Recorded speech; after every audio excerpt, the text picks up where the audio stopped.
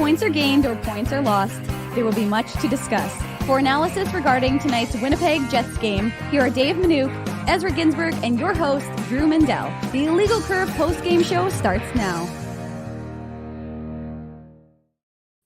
Good evening, Winnipeg. Good evening, Manitoba. And for all those joining us this evening on our YouTube channel and all of our social media platforms, we say good evening, universe, and welcome to the Illegal Curve post-game show. With Ezra Ginsburg, I'm your host, Drew Mandel, here to talk about another Winnipeg Jets defeat, this one coming in overtime at the hands of the Dallas Stars, a 3-2 defeat by the Stars over the Jets. I guess the Jets earn 1 point, which is a little bit of a silver lining, but this was a team that desperately needed a clean 2 points that they were not able to get, and they end up dropping another point behind the Dallas Stars as both teams try to get back into a playoff spot. Good evening, Mr. Ginsburg. You're looking nice and furry. How are things?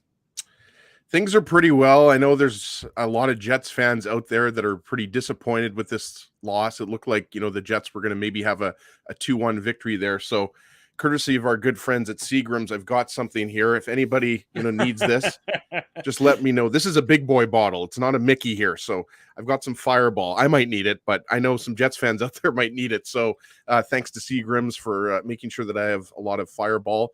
Yes. For what everybody's been concerned that you don't have enough alcohol in your system. Yeah. It's a chief concern of basically everybody. Yeah, exactly. But no, I mean, what else can you say aside from, that was just a terrible way to lose a hockey game. And, I know on the broadcast, they looked like they were pretty confident that was a goal. It didn't look like it crossed the line by much there, Drew. And no, I mean the replay. No, we saw a replay, but it wasn't the replay that you want to see, right? Like it wasn't the angle that you would like to see. So, we have friends over at that network, as everyone knows. Kenny and Sean are good friends, and I don't want to shit on the broadcast or anything. And I don't blame the play-by-play guys because they can only show what is being shown to them from the producers in the truck. But they didn't show the puck go over the line. I assume that the NHL and the command center has a view of the puck going over the line because they made the determination pretty quickly. But the broadcast, where the vast majority of people were watching because there was nobody in attendance in Dallas because apparently they have a bit of a snowstorm going on there. But anybody in Canada who's watching that game still has not seen the puck go over the line. I mean, you have one job when you're the broadcaster. It's show the replay of the puck going in the net. That's the only job you have to do in that instance, and I still haven't seen it. Yeah, that's too much to ask. And that adds insult to injury, right? Like you've already lost the extra point. I got people messaging me saying, "Did you see the puck go in the net?" And I said, "No, I'm not in Dallas. I'm not in the NHL command center. I'm watching in Winnipeg like everyone else. I haven't seen a replay." Didn't they show one? They showed one angle, I think, Drew, but they didn't show like the aerial angle or whatever angle they showed was not conclusive, right? Like it looked like the puck crossed the net. Obviously, did. Pardon me, cross the line. Obviously, it did, but you could kind of tell like the referees came up pretty quickly. Like they probably would have taken a little longer. But you're right. I mean, we should have seen better footage for sure. I don't have any doubts that the puck crossed the line. It hasn't crossed, You just want closure, Drew. I get it. I just want to see the replay, for God's sakes. You're broadcasting the game. You don't need to go to Sportsnet Central that quickly that you can't show me the puck crossing the line. Well, I've always hated that. I also hate when we're not knocking Sportsnet, obviously. Like you mentioned, Kenny and Rennie, good friends. They're going to have their post-game show coming up, in about half an hour or so. Yeah. But I mean, it's not just a Sportsnet thing. I mean, whether it's TSN, any network, when they go right to, in this case, it's Sportsnet Central. But I also hate when they do the replay of the game that you just watched.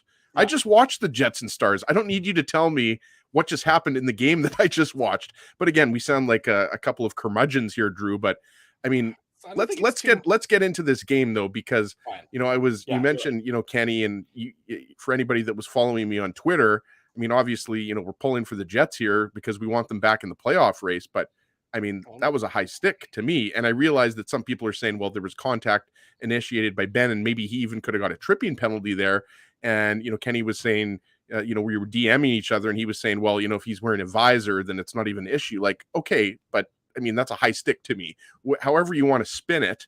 You're the reffing was bad in general. Let's start. I'm talking about the Scheifele go-ahead goal. Yeah. Let's start from the beginning of tonight's game, and you're absolutely right. Let's talk about the officiating, because started from the bottom. Now we're here, right, Drew? Well, there you go. I mean, the officiating was bad both ways. I mean, it wasn't biased against the Jets. It wasn't biased against the Stars. I mean, sometimes, and the officials don't hold biases against your team.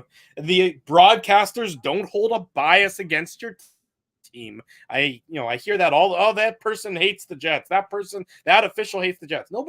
They're just doing their job. But in tonight's game, the officials did a pretty shitty job. I mean, that's just what it boils down to. It was ticky-tack. There were missed calls. There were calls made after the fact. Everything about tonight's game was disjointed, I would say, including the play on the ice. Nothing about tonight's game is going to go. The play on the ice. But yeah, it looked like the Jets might win that game 1-0. It looked like the Stars weren't even really interested in playing hockey at certain points in that second period. And then obviously when they tied it up, they had all the momentum and they carried that into the third. The Jets went over 13 minutes without a shot on net. Like, the Jets were lucky, in my opinion, to get a point in this game. Like, I think Jets fans everywhere, they want this team to stay in the playoff race. I mean, we're rooting for the Jets. I realize that, we're supposed to be biased. I speak for yourself, my friend, because I ain't rooting for anything. I'm rooting for games to end quickly so I can do the post game shows, get my whatever the emotions are off my chest. You just want to get your grandpa nap in. That's all you care about, Drew. That's all I'm caring. I don't have any penalty to me. And again, I mean, I'm sure in the chat it's going to be. I feel like we're going back to the Jets versus Montreal game 1, Drew, and we're talking about whether that was a suspension. Obviously, nothing will ever be that big of a shit show again. No, I mean, obviously I'm joking, but I mean, to me, that was a high stick. Forget about that. The Jets were not very good in this game. I mean, the first period was good, and, we'll get into the goal. It was a beautiful goal by Wheeler. I mean, there were so many nice things happening on that goal, starting with, Brendan Dillon getting the puck up the ice in the neutral zone. But, I mean, the Jets just, for me, first off, they didn't have the puck for the most part in the second and third periods, and they just weren't generating enough offense. And I mean, the shorthanded goal, obviously, was a killer.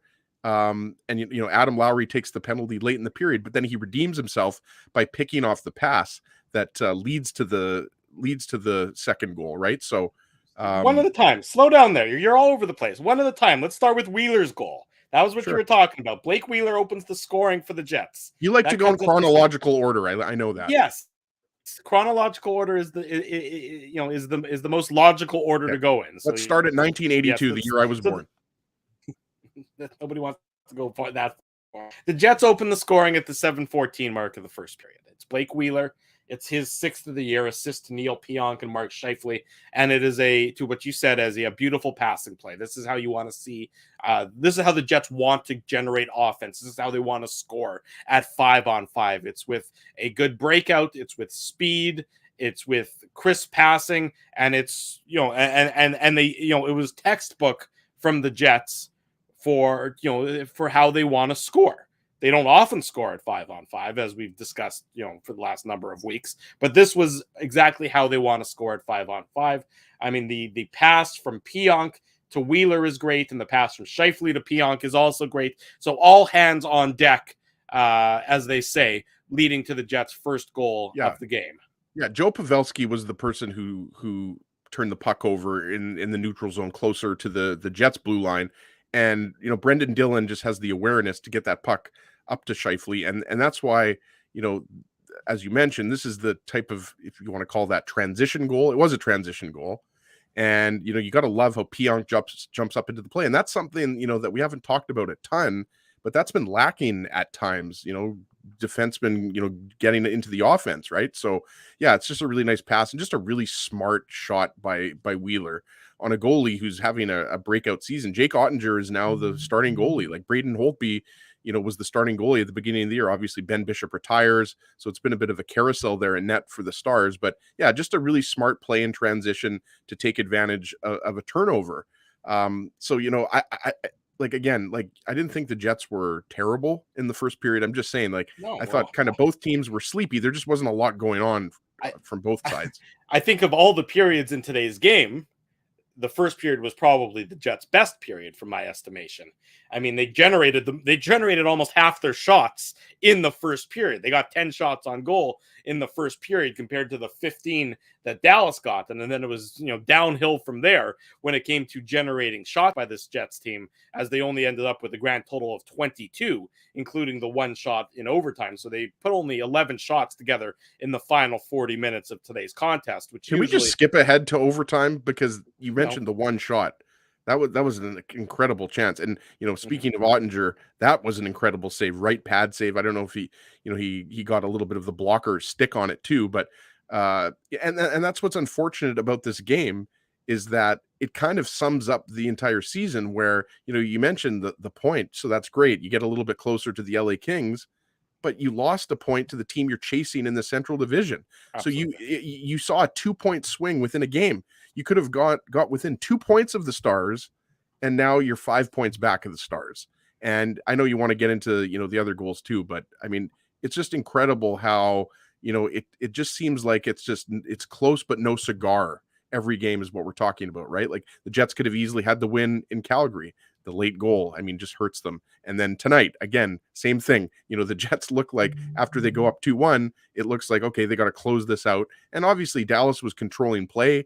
We talked about it. The Jets didn't have a shot for over 13 minutes. Like, the Jets, to me, there's no excuse for that. Again, Dallas is obviously trying to, separate themselves more from the Jets, but you have to be more aggressive as far as I'm concerned. That just wasn't aggressive enough. Yeah, I would agree. And I think the lack of aggression speaks to what I'm going to talk about probably after the commercial break, coach brain. Because I think you saw coach brain on tremendous display today. And coach brain is not a positive, and it's not a compliment. But we'll talk about more about that, because it ties in to the decision to use Nate Beaulieu in the Jets lineup tonight, as opposed to Stanley or Heinola. Well, and who was on the ice for the Denis Gurianov goal? It was Nate Schmidt and Nathan Beaulieu. And right? we'll get and again, I'm not saying that Nathan Beaulieu. I really want to get into that goal, but if you want to get into the goals before that, then let's go one at a time. I have a lot of problems with the Gurianov goal, because right before he scored, one at a time, he went through the whole team, one at a time. One at a time. I know. I agree. I'm fired up. I got fireball. I'm fired up, Drew. I've got it right here. Let the rage build in you as we get to it. Don't peak too soon. Let the rage build. I peaked in high school, so we have nothing to worry about. And then the peak wasn't that high. Kelvin. The Dallas Stars tie the game at the 17:50 mark of the second period. It's a shorthanded goal. Jamie Benn, his 13th of the year, assist to Roope Hintz. And it, to me, is eerily reminiscent of the Kyle Connor turnover against Calgary, in that it's just a, Neil Pionk, is manning the point on the power play for the Jets. He's looking to make the pass over to his right. I'm not 100. I'm not sure. It probably would have been to Kyle Connor on his right there, and he realizes that the pass would be intercepted if he tries to make it. So he almost double clutches it, if you will. Exactly. The puck rolls off of his stick, and it's a 2-on-1 for the Stars going up the ice with Hintz and Ben. I think it even almost turns into a 3-on-1.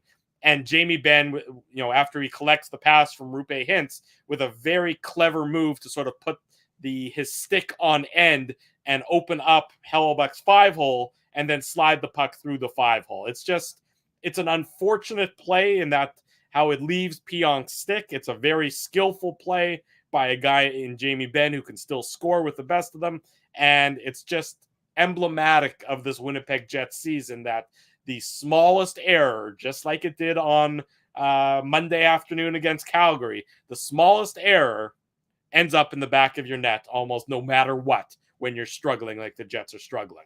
And Blake Wheeler was the one who was back defending, right? So obviously, he's not who he would prefer back there. Yeah. I'm not saying that, he doesn't have the ability to break up a 2-on-1, but you're right. I was thinking the exact same thing. That was just such a skilled veteran goal by Jamie Benn on one of the best goaltenders in the game. So yeah, I mean, that's just the type of mistake that you can't make. And you know, we haven't talked about, you know, the Jets killing off the Josh Morrissey penalty, which they did only. I mean, 4-minute double minor to Morrissey, and the Jets gave up a grand total of 3 shots on goal. That's pretty good. And none of those 3 shots were particularly dangerous that I can remember, Drew. I think there was at least one point shot. They were all point shots for the most part. There was one that sort of generated, that had a little bit of traffic in front, that helped. You know, the save had to be, I would say, you know, slightly above average, but you know, otherwise it was all, the Jets did a fantastic job of not even letting the Stars establish any position in the D zone. It was as good of a 4-minute penalty kill as you're going to see at the NHL level. Like watching that power play, that 4-minute power play. First off, I mean, did Joe Pavelski have like a little dab of blood? Like it didn't, like it looked like he was almost like, you know, trying to create blood by, like, you know, did he have a thumbtack or something like that just to draw a little bit of blood? He's like a wrestler with a blood capsule or something. I mean, it was ridiculous. Like it seemed like, I mean, correct me if I'm wrong. Like, you know, let's hear it in the chat here, but like it didn't seem to me like that was going to be a 4-minute power play. But regardless, I don't know if that was a masterclass on how to kill penalties by the Jets, or if that was a masterclass on how not to get anything set up in the other team's zone by the Dallas Stars, because Dallas really didn't set up much on that power play. But you're right. I mean, and the Jets obviously fed off of that, and you know, it could have easily been something that you look back on if the Jets ended up winning this game. It was huge. Anytime there's a 4-minute power play, I mean, the team that goes on the power play expects to score. But, you know, kudos to the Jets. You know, Dominic Toninato, Stastny, Kyle Connor was really good. Adam Lowry. I thought Adam Lowry had a really strong game in general. We talked about, you know, the pass that he intercepted that led to the Scheifele goal, right? But just, you know, overall, like the special teams, like it was not a great night for power plays for either team. But yeah, certainly. They just did score the power play goal, which is what ended up, which was the 2-1 goal. And that came at the 4:37 mark of the third period. Pardon me, 4:27 mark of the third period. Mark Scheifele, with his 18th of the year, assist to Neil Pionk and Kyle Connor. And I agree with you on this one, Ezzy. This is a blown call by the officials. I mean, you have to be in control of your stick. And Scheifele is not in control of his stick. Gets the stick up on Jamie Benn, who reacts as if he was, it might be a little bit uncouth, but like somebody else, like getting shot in Dallas. You know, he drops to the ice like nobody's business. Play goes on, and Scheifele ends up wiring the tee up from Pionk past Jake Ottinger, and it's 2-1 for the Jets. But I agree with you. It's a blatant high stick that the officials missed. To me, it's blatant just because you could see the stick hits Jamie Benn in the face. Yeah. And that's what I was talking about. I was, you know, texting our good buddy Ken Weeb, and you know, he gave me a good explanation. And Ken breaks down hockey. He's a lot smarter than I am. Let me get that out there right off the bat. But you're just gonna put that fastball over the plate for me and not expect me not to comment about it? Well, no, but I mean, you know what I'm saying. I mean, Kenny, first off, there's no better, you know, Jets analyst as far as I'm concerned. Yeah. But just his mind for hockey and sports in general, we know that you know, it's, you know, it's just uncanny. But I mean, his other point was that, you know, you could argue that it was follow through, but I mean, we know that follow through, if you high stick someone on a follow through, it's still high sticking. You still get called on that unless it's a shot. I mean, there was no shot there, so I mean, to me, there's not that follow through isn't. It doesn't. It's not applicable there. Yeah, it's not applicable there, and I respect Kenny's opinion, and you know, smart minds can disagree. And look, I see people in the chat saying yes, you know, but what about all the calls that the refs missed on Dallas before that? And yeah, the refs, people are right. The refs sucked tonight. Yeah. It sucked. It was bad. I mean, and the thing that's the worst about the officiating is we talk about it almost every year. Officiating's tough. Like. It's you mentioned this, you know, after the Calgary game, Drew. Mistakes happen not only for players, but for officials, for coaches, for everybody. Human beings make mistakes. There isn't one single human being in this world who doesn't make a mistake. It just doesn't exist. And officials are no different. So yes, they do miss calls and they make bad calls. We're just talking about this one specific call, this one specific incident here that led up to the Scheifele goal. And, we can move past it, guys, because obviously, we're, there's more to talk about, like the overtime and what happened in overtime. But to me, that's a missed call. And whether or not we're, a Jets show or rooting for the Jets or rooting for the Stars, I mean, a missed call is a missed call. And that's what it was. It was a missed call, and the Jets capitalized. So they don't have to apologize for that, by the way. There's plenty of times where officials will, it all evens out in the end. Over the course of a year, it evens out in the end. But there's plenty of times where a call is missed that the Jets feel should be a penalty, and the other team capitalizes. Good on Mark Scheifele for keeping on playing. Good on the Jets for scoring in that goal, because it's a huge goal. If you're 5 minutes into the third period, you haven't really played very well, and all of a sudden you have a lead. So, that's an important goal. Unfortunately for the Jets, that was sort of the peak of the game, because it's straight downhill after that. Denis Gurianov ties it up at the 13:35 mark of the third period. It's his 7th of the year. Tyler Seguin and Jamie Benn each get the assists on the goal, and the number of players who made mistakes on this Gurianov goal is greater than the number of skaters that didn't for the Jets. 3 guys made an error on that in that sequence of events that led to the Gurianov goal, and only 2 guys were on the ice that did that. From my estimation, weren't culpable for the goal, not including Connor Hellebuyck, and he had no chance on it. Absolutely no chance. It was a beautiful pass by Jamie Benn. And, I was getting into it a little bit earlier here, but yes. Denis Gurianov went through 3 Jets right before that play. He goes through 3 Jets and has a really good scoring chance. Hellebuyck stops him. The Jets clear the zone. The puck goes back into the Star zone. I forget which defenseman had the puck behind the net. It might have been John Klingberg or Miro Heiskanen. I forget.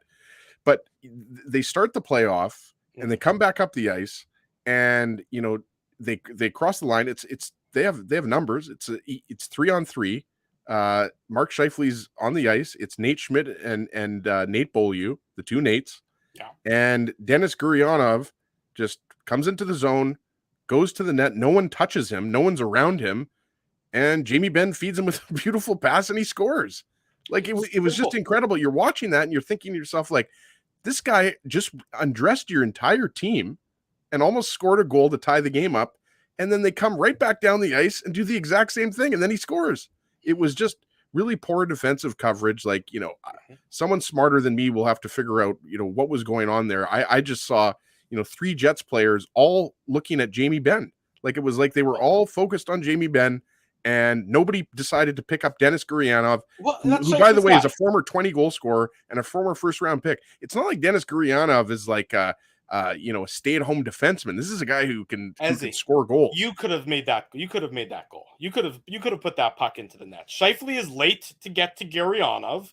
Scheifele late in his defensive zone coverage. Take a shot if you've heard that far this year. But hold on, you'll be dead before you know it. Scheifele was not even. Look at Scheifele is.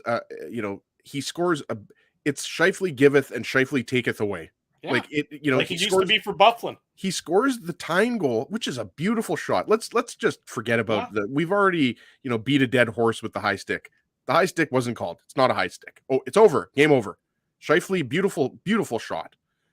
But that defensive coverage is just, it's just not acceptable when you're battling for your playoff lives. Like, watch the replay. Like, Scheifele was nowhere near Gurianov. And again, maybe, Nate Schmidt should have been, a little bit more heads up. Nate Schmidt and Nate Beaulieu are both, focused on Jamie Benn. And again, nobody picks up Gurianov, and it's just unfortunate because that was a preventable goal. Well, that was a goal. If you're playing within your defensive structure and you're, covering who you are supposed to be covering. And that's why I was watching that goal and I'm thinking to myself, like, Gurianov just undressed your team. Like, Gurianov's got speed. He's a big boy. He's a skilled player. Like, how do you just let him walk in from the Jets blue line and just nobody picks him up? I don't get it. It's the same thing we've talked about almost since game 1 of the year, the attention to detail. It's not there. It's just not there. Mark Scheifele will not have the attention to detail necessary to not be a liability in his own zone, because it's not even funny anymore.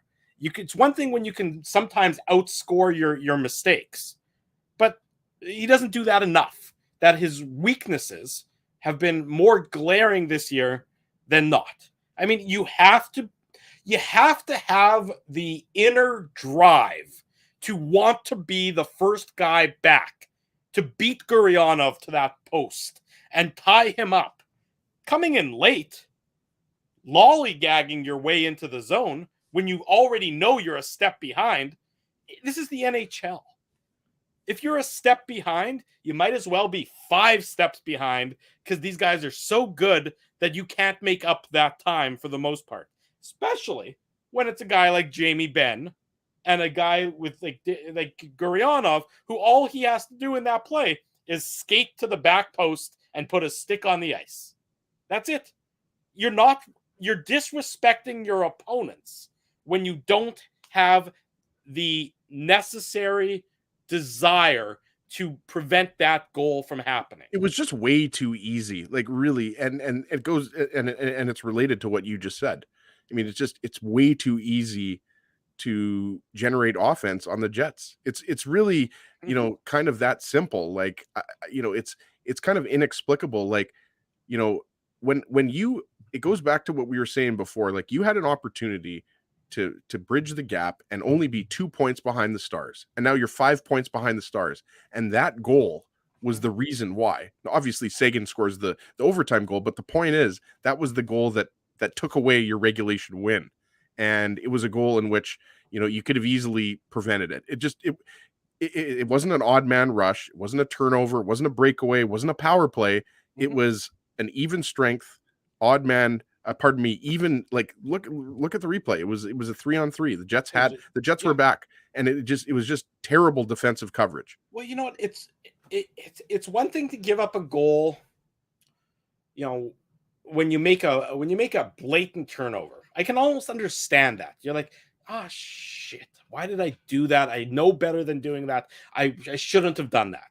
That I can, you know, you don't like it, but you can live with it because, again, they're human. It's one thing to give up a goal when you're pressing the other way and you're trying to get a goal and you're trying to generate something, and something bad happens. The puck hits off of a skate and it goes back up the ice. At least you're trying to do something. It's a whole separate issue when you give up a goal strictly because you're not paying enough attention to the defensive side of the game. And that's just what that is. It's just not paying enough attention to the defensive side of the game. It's in a crucial part of the game. Yeah. Right? Like you like the thing that I think is the most frustrating to watch the Jets right now, and must be, you know, the most frustrating for Jets fans, is you see how well the Jets have played defensively against teams like we've talked about it, right? You beat Minnesota a couple times. Twice. Especially the what was it, 2-0 the first game? Yeah. And then against St. Louis prior to the All-Star break, right? And then you played really well defensively against Calgary.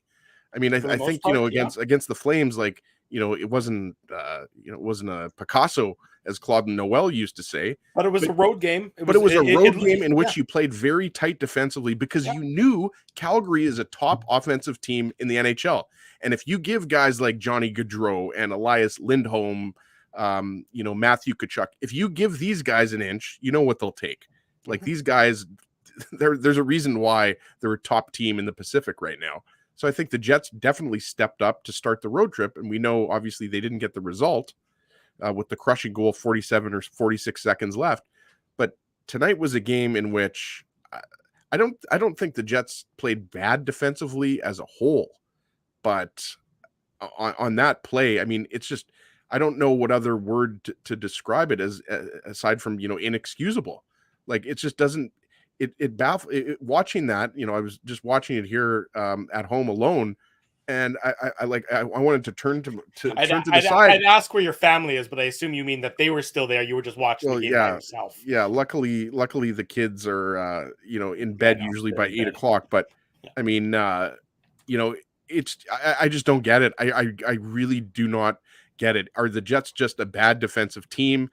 Are they just falling asleep at the worst times? Like it's really hard to understand how that type of goal happened in a crucial part of the game when you need to lock it down. And that's been an issue, Drew, all year long. The Jets have had trouble locking down goals, and the Jets have had trouble in overtime. Tonight, perfect example. Like it just seems like that was a microcosm, to use a big fancy university word, that you have a really good chance. Josh Morrissey, beautiful pass by Scheifele. Morrissey, I thought was really good tonight. And Jake Ottinger makes a good save. What happens? Stars go right back down the ice. Tyler Seguin scores. Well, and what happened? I mean, so we were talking about the overtime goal that comes at the 54-second mark of the extra frame. Both teams earned the 1 point for obviously getting the game into overtime. And yes, it looked to me like Josh Morrissey. It looked to me that he was going to end it right there. I thought that puck was going in the net. I did too. I really did. Yeah. I thought everything about it looked like it was you find the trailer at 3-on-3. He's the most dangerous guy. He's got a head of steam. I thought he beat Ottinger. Ottinger makes a great save. Then, I mean, this one doesn't bother me as much as the one on the Gurianov goal, but it's a bad giveaway by Scheifele. He's trying to, it's a soft play. He's trying to keep the puck in their own zone. He's trying to go, cross ice with the pass, but he's too soft on it. And the Stars pick it off and come back the length of the ice. And, Connor Hellebuyck has to make that save without trying to bat the puck away or whatever he was trying to do there before batting it right to Tyler Seguin and him bunting it into the net just barely across the goal line. There's a lot I don't like there. I don't love the Scheifele play. I don't love the turnover because it's too soft, but I understand what he was trying to do there. And I think Connor Hellebuyck was just being too cute by half there in trying to play baseball as opposed to just freeze the puck, get the line changed because your guys have been tired. Your guys have been on the ice for a while there. I mean, I know that Morrissey and Wheeler are still on the ice and they started overtime. Scheifele, after the turnover gets off and Dubois gets on, even though, it's, not that plus minus matters, but Scheifele won't get anything there and Dubois will get a minus as it happens, but that's no fault of Dubois there. I just think that Hellebuyck's probably being a little too cute with the play there as well. Yeah, and like we went back to earlier in the show we talked about how we didn't really even see a great view that conclusively showed that puck crossed the line. But you're right. I mean, I think what Hellebuyck's trying to do there is I just keep the play going. I don't know. Like, I mean, he obviously I don't know why. That's not the time to do that. No, it's not. No, you're right, Drew. I mean, and it looked like he put the puck in his own net, maybe. Like that's why I thought he did. Yeah, because it happened so quickly. It was such a weird play, right? At least when I was watching that, I didn't think that the puck crossed the line. It happened so quickly because it obviously was moved right back up the ice, right? But I mean, it's just unfortunate. Once you get into overtime, I mean, we know anything can happen. Any team can win. And even though I think watching Dallas, I mean, I don't think they're that much better than the Jets. I don't even think you can even say conclusively that the Stars are a better team, but they do have a lot of guys that can put the puck in the net. Seguin and Ben being two of them, depth. Even though they have better forward depth than the Jets do. Well, I mean, I think in this division, I mean, I think there's obviously deeper teams, but yeah, I mean, I think right now with the players the Jets have out of their lineup. Rupe Hintz, we talked about a Dennis Gurianov, like they're not a one-trick pony. That was kind of it was basically Ben, Seguin, and Radulov, right? For years. And then, now the younger players have started to, mature, whatever you want to say. But yeah, that was just a goal. And it's unfortunate, right? Because Hellebuyck struggles playing the puck. I mean, obviously this wasn't your typical, like him handling the puck behind the net, trying to, clear it up the boards and start the breakout. But we know that, he's struggled quite a bit throughout his career, really. So it's just, it's unfortunate.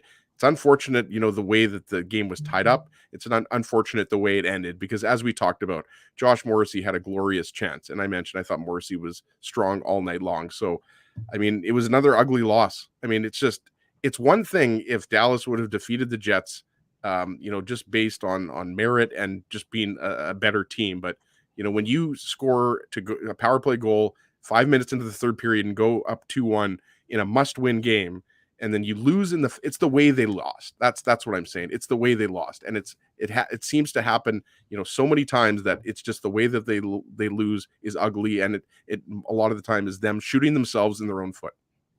Well said, Mr. Ginsburg. Let's go to break. When we come back, we talk about, I might even go on a bit of a rant about coach's brain, because this has been bothering me all day, as he's going to give out a Tough Duck hardest hitting comment winner. Much more to come. Stay with us. The Jets drop a decision in Dallas in overtime. We're talking about it. You're watching the Illegal Curve post-game show. Don't go anywhere. We're live on YouTube. We're live on all of our social media platforms. Jerry Seinfeld, Chris Rock, Jon Stewart, Dennis Miller, Brad Garrett, the biggest acts and all the up-and-comers. They've all made their mark at Rumors Comedy Club, North America's longest-running independent comedy club. Rumors has kept Winnipeg laughing for over 25 years. When was the last time you laughed out loud? Make it a great night out with friends or book your office or birthday party, even a fundraising event at Rumors. Get all the details and dates on upcoming shows at rumorscomedyclub.com. He winds up. Oh, looks like Ezzy took that one right in the choppers.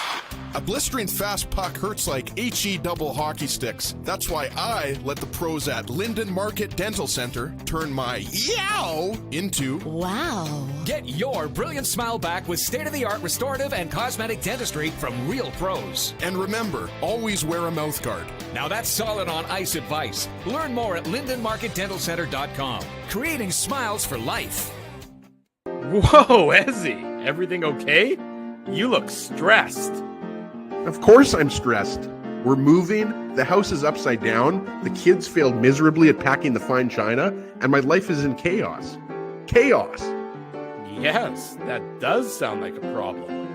What am I going to do? Ezzy, relax. Rolly's Transfer Moving and Storage is the answer. With 60 years of experience in moving Manitobans and a track record of exemplary customer service, one call to Rolly's and your stress is gone.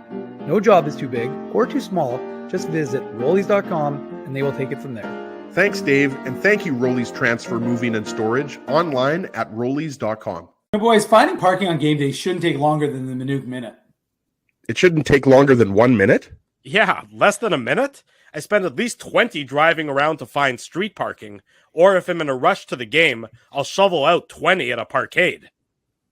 You're both doing it wrong. There's this app called Grid Park. It lets you find and pre-book your parking spot on game days, and you can reserve your spot up to 1 month in advance. And guess how much you'll pay? Tell me, Dave. You know I love a deal. Ezzy, $5. Come on, $5? Yeah, and it's just 2 blocks from the arena. The Grid Park app? Yep, spelled G-R-Y-D Park. And you know what else? There's more? Our listeners get their first park free with the code FIRSTPARK. Wow, so they just download the Grid Park app and pre-book their next game day spot for free? Yeah, you got it, Ez. Promo code FIRSTPARK. Only on the Grid Park app. Hi, it's Drew from Illegal Curve here. Selling your home can be stressful, but it wasn't for me. Thanks to my friends at Zappia Group Realty, they made the process so easy. My home sold within 48 hours and with multiple offers. Zappia Group Realty took care of everything with their exquisite customer service and attention to detail. If you want to sell your home for more in less time, get started by talking to Frank and Mauro Zappia of Zappia Group Realty. Online at zappiagroup.com. For 3 generations and over 80 years, Tough Duck has been making apparel that works at the people who wear it. From jackets to work boots and everything in between, Tough Duck's clothing can handle the harshest environments, even the Illegal Curve hockey show. Work to live, live to play. Visit toughduck.com.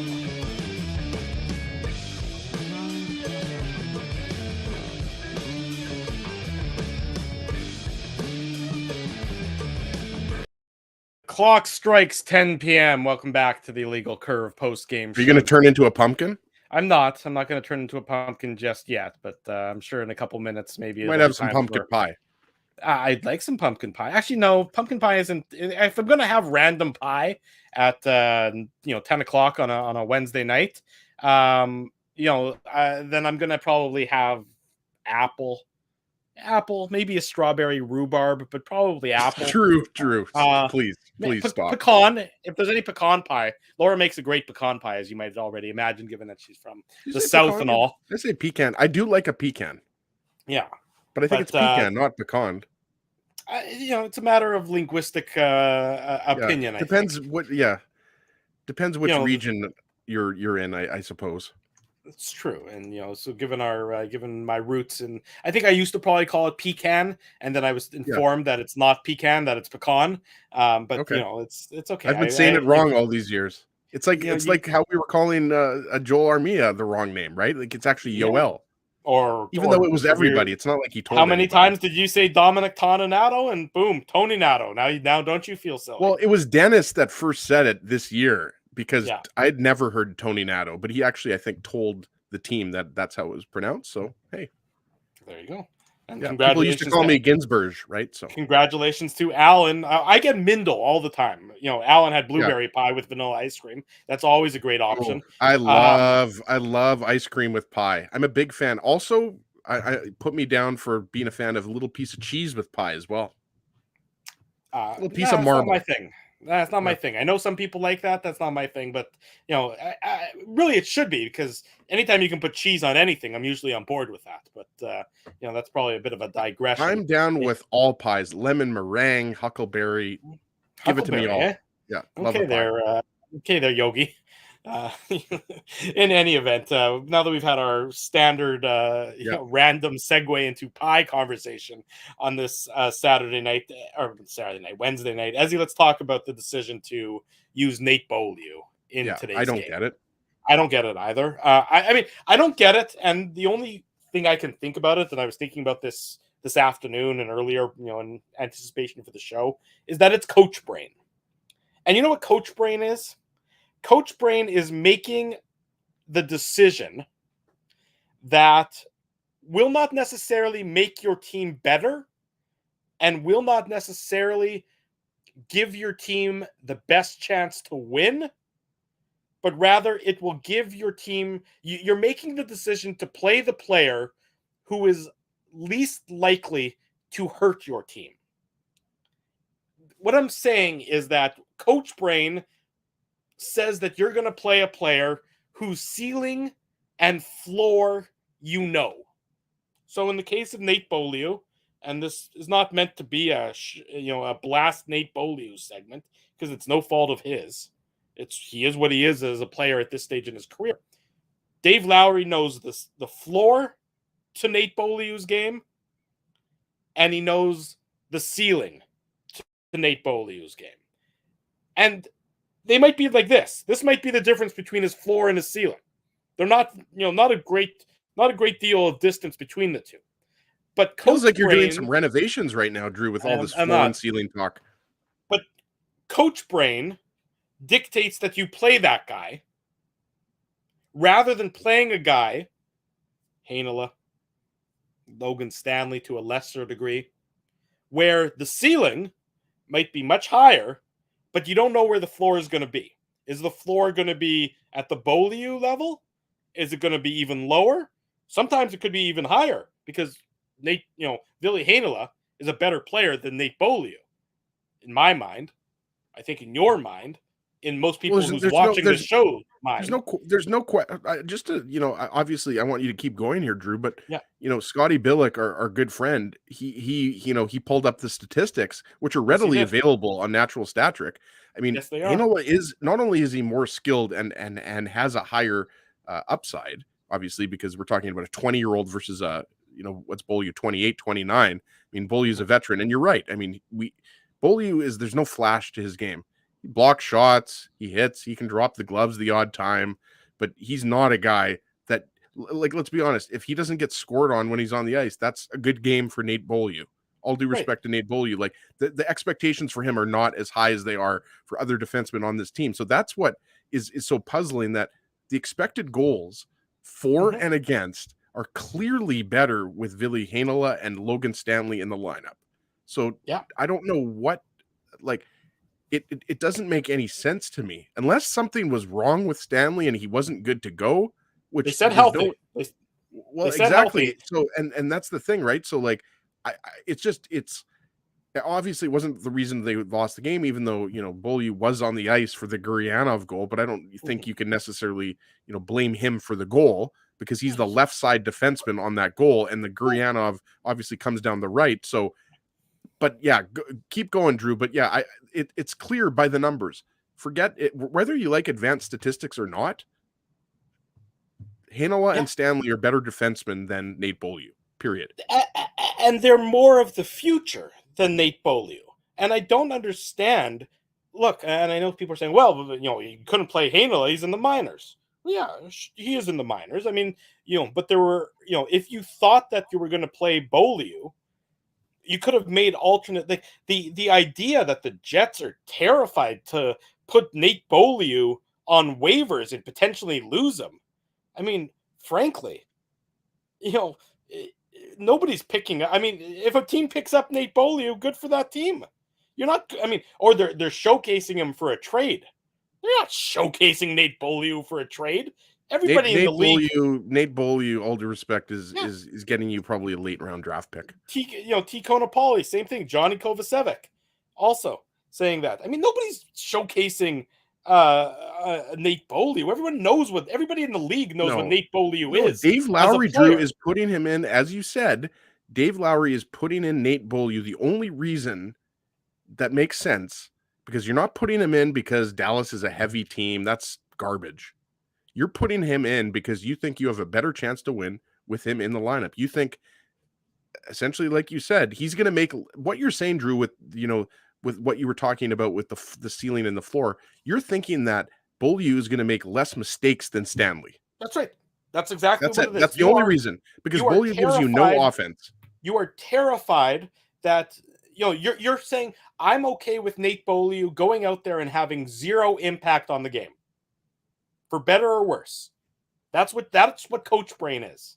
It's electing to use a player who might have zero impact on the game because you're terrified of the alternative. That's coach brain. That's not coaching to win, in my estimation. That's coaching to mitigate your loss. That's coaching to, you're making decisions based not on who gives you the best chance to win, but who gives you the best chance not to lose. That's the difference between, which is not a good way to coach. And the thing is, Logan Stanley, I thought against Calgary was, we talked about it. I think actually our Tough Duck winner, it was a Logan Stanley comment. By the way, Trini KP, if you're watching the show right now, you still have to email me so I can get your address the good folks at Tough Duck can send you that too. We're going to pick another winner tonight, obviously. We'll have that in a few minutes, but Stanley was around 16 minutes. Had a few shots on net, I believe. He was fine. It's not just us, Drew. I see it in the chat right now. Like, a lot of people, you saw it on Twitter this afternoon, social media. A lot of people were thinking, why? What? Nothing against Nate Beaulieu, but he's probably 8th or 9th on the depth chart. Well, and I see this comment from John, and John, I respect your opinion. In the comment, again, for the people who are going to be listening to the audio-only version, is Beaulieu was sitting too long. The Jets wanted to give him a game. Who cares? Why do the Jets care at this stage if Nate Beaulieu sits for the next 32 games of the regular season? Because right now there ain't going to be a playoff game. Well, but why do they need to give Nate Beaulieu a game? Sure, and John's entitled to his opinion there, and and we welcome people's opinion. And same with Rob. I don't agree with Robert Starr. Same thing. He's agreeing with John. And I agree. Look, you guys might be 100% right, and you quite possibly are in that they want to get him a game. But I don't understand why you want to get him a game when he is, to your point, Ezzy, your 8th or 9th best defenseman in terms of actual talent. And it's also a must-win situation. Yes. Right? Like this is a must-win game. The game against Calgary was a must-win game. Like, they're all must-win games for the Jets. The Jets are 6 points or something like that I think 6 points right behind the LA Kings, who are in the second wild card spot. So, I mean, they needed a win tonight. 1 point is not good enough because you're chasing Dallas for fifth in the division. You're sixth in the division. So you're still 5 points back. So that's why this is not the time. If you want to really do that, you do that towards the end of the year. That's just my own opinion. If that is the reason, if the Jets coaching staff were so desperate to get him a game because he hasn't played in a while, then I think that was a terrible mistake. I just don't understand it. Who cares if he doesn't play a game? He gets his salary. He's not part of your future after this year. I don't see how he possibly could be pending UFA. I mean, you're not getting, even if he has the best game of his career, you're not getting more than a 6th round pick for Nate Beaulieu at the trade deadline, if that. I mean, you need to play your absolute best lineup that gives you the best chance to win a game. Exactly. And Dave Lowry didn't do that today. He just didn't. And too often, even going back to the times of Paul Maurice, the Jets have elected not to do that. At some point in time, you have to tell Ville Heinola that he's a member of this team. That point is now. He's never going to be Dustin Byfuglien's size. It's just the way he is. He's got nothing left to learn at the AHL level. It's time to play him and improve the ceiling for your team, even if that means that you're also dropping the floor.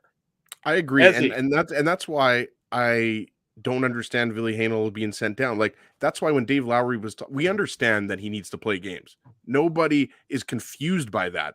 But I think people are confused because they believe he should be playing NHL games, not AHL games. The Moose love it. I mean, Ville Heinola is one of the best defensemen in the AHL. The Moose have one of the best decors in the AHL with Johnny Kovacevic and Declan Chisholm and Dylan Samberg. And, we can go on and on and on. Simon Lundmark, Nelson Nogier, Jimmy Olin. Like, they've got a great group of defensemen, a great mix of young and older defensemen. Got to be careful here. I'm not a young guy either.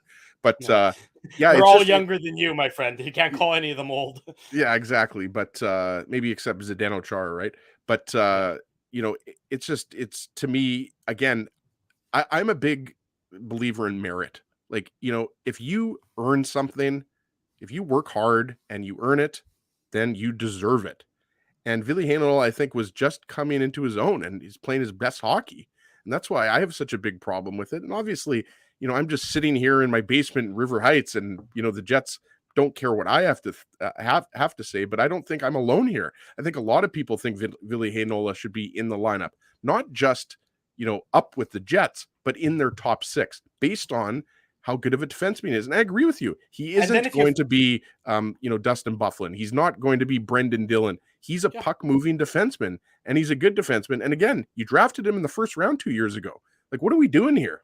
And then if you find out, if you play him, and you play him a lot, and you find out that, he's not ready or that maybe he's not good enough, well, at least you found out. I mean, I don't know what this tweener status is really doing for anything, especially when he's being blocked in the lineup by a guy who's not part of your future and not part of your core moving forward in Nate Beaulieu. That's coach brain. Ezzy, Tough Duck hardest hitting comment on tonight's post-game show. Who's the winner? Yeah, we're going to give it to Brandy Springer. I'm not sure if Brandy is related to Jerry, but I haven't seen Brandy in the chat very much. So, we always like to, have new people. Maybe Brandy has watched the show before, but you've got the comment up there talking about Scheifele. The problem is Scheif never has to deal with consequences of lack defensive play. He gets put right out again to go to offense first on in OT every time. So what's his drive to change? Rewards him. Like, I agree with Brandy there. I mean, Scheifele is one of the best offensive players, not only on the Jets, but in the league. This guy's a point per game player. He's a bona fide, top 20 center, maybe even top 15 center. Offensively, I'm talking about. And his defensive play, has never been terrific.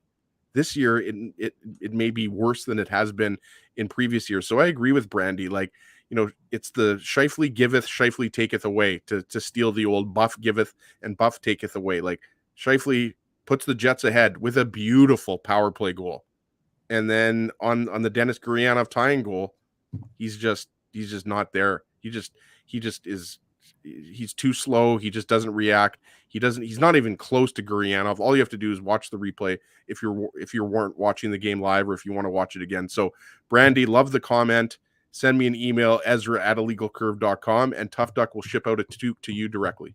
There you go. Congratulations to Brandy Springer, the winner of tonight's Tough Duck hardest hitting comment. And as you said, send Ezzy an email, Ezra@illegalcurve.com, or slide into his DMs @ICEZG. Want to say a big thank you to Tough Duck. Big thank you to all of our sponsors: Rumors Restaurant and Comedy Club, Linden Market Dental Center, Zappia Group Realty, Bernstein's Deli, as I mentioned, Tough Duck, Boston Pizza, Seagram's, as he's down in that fireball, Rolly's Transfer, and Grid Park. Support these fine businesses because of their continued support of the Illegal Curve postgame show, the Illegal Curve hockey show, and of course the website illegalcurve.com.